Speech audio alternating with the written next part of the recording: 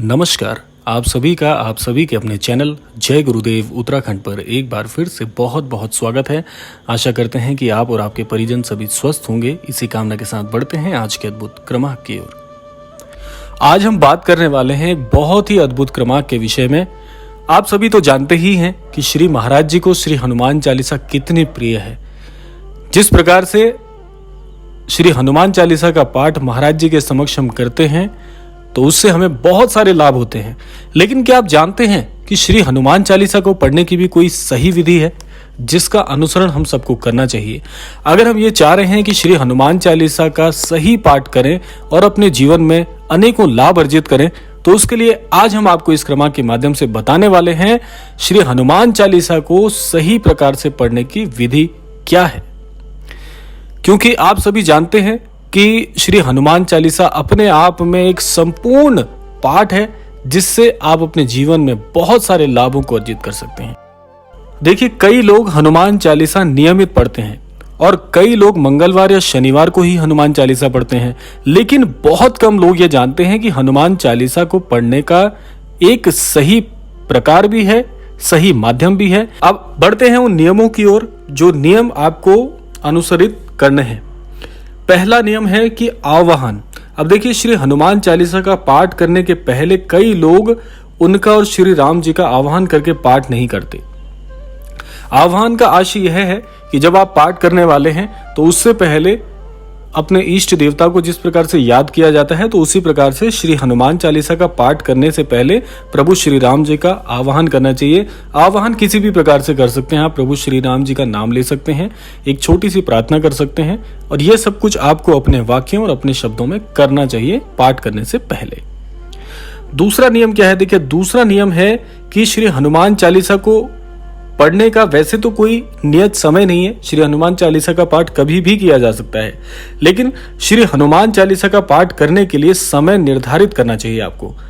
कई लोग जब उनका मन करता है तब उसका पाठ करते हैं और जब मन करता है तब नहीं। यह गलती कई लोग करते हैं। अब देखिए, आप कह रहे होंगे कि अभी आप कह रहे थे कि कोई समय नहीं है, फिर आप कह रहे हैं कि समय निर्धारित करना चाहिए। समय निर्धारण का आशय यहाँ पर यह है कि जब आपको लगे कि आप अभी अंतर मन से प्रभु को याद करने के लिए यह समय आपके लिए सुनिश्चित है, और यह समय ऐसा समय है जब आप पूर्ण रूप से तैयार हैं कि आप प्रभु का आह्वान करते हैं। देखिए, कोई भी नहीं चाहेगा कि सहृदय पाठ ना किया जाए, तो इसीलिए यहाँ पर समय निर्धारण का आशय है कि आप एक समय ऐसा बना लीजिए जब आप प्रभु से जुड़ना चाहते हैं। यहाँ पर निर्धारण का आशय यही है। अब बात करते हैं अगले नियम की ओर। अगला नियम क्या है? देखिए, अगला नियम है कि आपको एक ऐसा स्थान उपयुक्त करना होगा। श्री हनुमान चालीसा एक पवित्र जगह पर बैठ के ही हनुमान चालीसा का पाठ आपको करना चाहिए। खासकर या तो आपके घर के पूजा स्थल पर, मंदिर में, तीर्थ क्षेत्र में, या पहले से नियुक्त स्वच्छ और पवित्र की गई जगह पर आपको इसका पाठ करना चाहिए। क्योंकि क्या आप कभी चाहेंगे कि जहां पर आप प्रभु श्री हनुमान जी का पाठ कर रहे हैं हनुमान चालीसा का, वहां पर आपको बहुत सारे व्यवधान आ रहे हों? देखिए, व्यवधान किसी कार्य में भी आते हैं तो कार्य संपूर्ण सा नहीं होता, और आपका अंतर्मन, आपकी इच्छा भी यही चाहेगी कि जहां पर आपको लगे कि यह स्थान मेरे लिए उपयुक्त है, ऐसे स्थान का चुनाव आपको अवश्य करना ही चाहिए। इसके अलावा अब बात कर लेते हैं, कई लोग पाठ तो करते हैं लेकिन उसके दोहे नहीं पढ़ते, जो श्री हनुमान चालीसा का अभिन्न अंग है। जो दोहे होते हैं, दोहे अपने आप में एक सूक्ष्म सी प्रार्थना है जिसको करने से आप एक प्रार्थना भी प्रेषित कर रहे हैं पाठ के साथ साथ में। तो दोहों को पढ़ना, याद करना मत भूलिए। अगर आप श्री हनुमान चालीसा का पाठ हनुमान चालीसा की पुस्तिका से करते हैं, वह भी बहुत अच्छी बात है।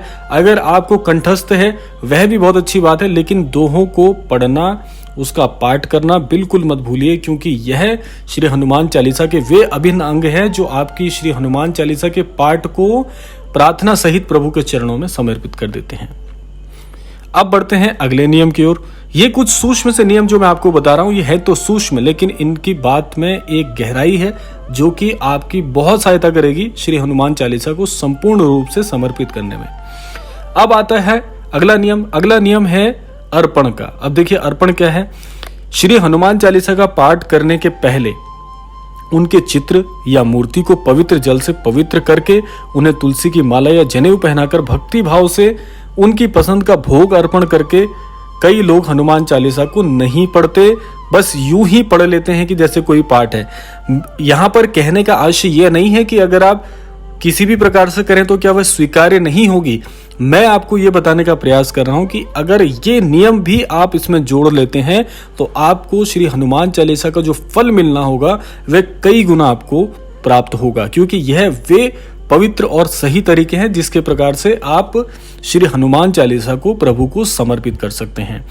देखिए, ये नियम वैसे मैं उन लोगों के लिए भी बताऊंगा जिनको थोड़ा समय ज्यादा मिलता है। जैसे हमारे वयोवृद्ध लोग होते हैं, उनका पूजा विधि विधान में बहुत ध्यान रहता है, तो ये नियम उनके लिए बहुत बहुत सटीक होगा।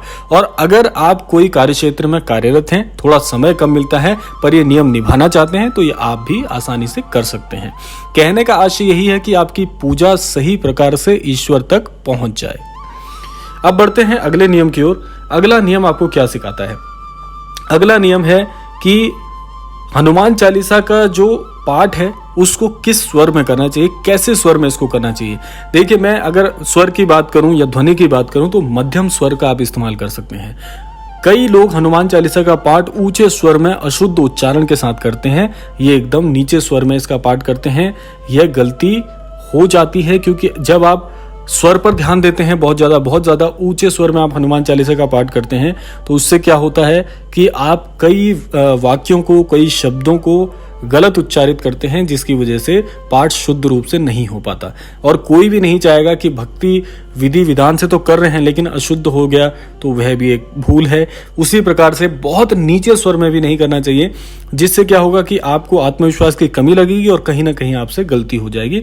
तो पूर्ण रूप से एकाग्रचित होकर पूरे मनोयोग से बैठकर आप प्रभु का ध्यान करें। श्री हनुमान चालीसा का पाठ मध्यम स्वर में करें, बहुत ऊंचा नहीं, बहुत नीचा नहीं।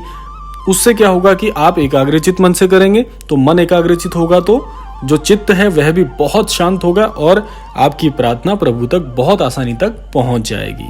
तो एक यह भी तरीका है जिससे आप अपने श्री हनुमान चालीसा के पाठ को और शुद्ध कर सकते हैं। अब अगला नियम जो सबसे महत्वपूर्ण है वह क्या है? अगला नियम है पवित्रता का, जो कि आपको बहुत बहुत ध्यान रखना है। प्रभु श्री हनुमान जी की श्री हनुमान चालीसा के पाठ के दौरान ब्रह्मचर्य, पवित्रता, शुद्धता, साफ सफाई का ध्यान कई लोग बिल्कुल नहीं रखते। महिलाएं यदि हनुमान चालीसा का पाठ कर रही हैं तो उन्हें इस बात का विशेष ध्यान रखना चाहिए कि वह इस प्रकार से या उन मुश्किल दिनों में इस पाठ को करने से बचें। और मैं यही कहना चाहूंगा कि उस दौरान, उन मुश्किल दिनों के दौरान आप अगर श्री हनुमान चालीसा का पाठ मन से, अंतर्मन से ही करें, वो ज्यादा अच्छा है। उसमें आप अपना चुनाव कर सकते हैं। या उन दिनों अगर आप इस पाठ को नहीं करना चाहते स्वच्छता के चलते, तो उसको भी आप छोड़ सकते हैं। लेकिन श्री हनुमान चालीसा का पाठ अगर पवित्रता से, सच्चे मन से, साफ सफाई के साथ किया जाए तो बहुत बहुत लाभकारी ये पाठ है। इससे अनेकों लाभ आपको प्राप्त हो सकते हैं।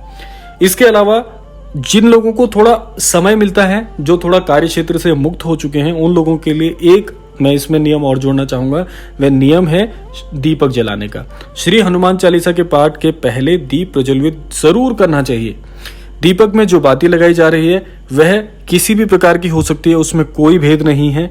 बस ये ध्यान रखें कि अगर आप दीप प्रज्वलित करने के साथ श्री हनुमान चालीसा का पाठ करते हैं तो यह आपके पाठ को पूर्ण रूप से समर्पित भाव से प्रभु के चरणों में समर्पित करती है। इसके अलावा यह तो बात हो गई नियमों की। अब बात कर लेते हैं जो सबसे मुख्य भाग है। सबसे मुख्य भाग यह है कि एक नियम तो आपको अवश्य बनाना ही चाहिए। वह नियम है कि नियमित रूप से करें। जब भी जीवन में कोई नियम आप जोड़ते हैं, यहाँ पर नियम की बात हो रही है। नियम का आशय जिसको आप नियमित रूप से करेंगे ही करेंगे।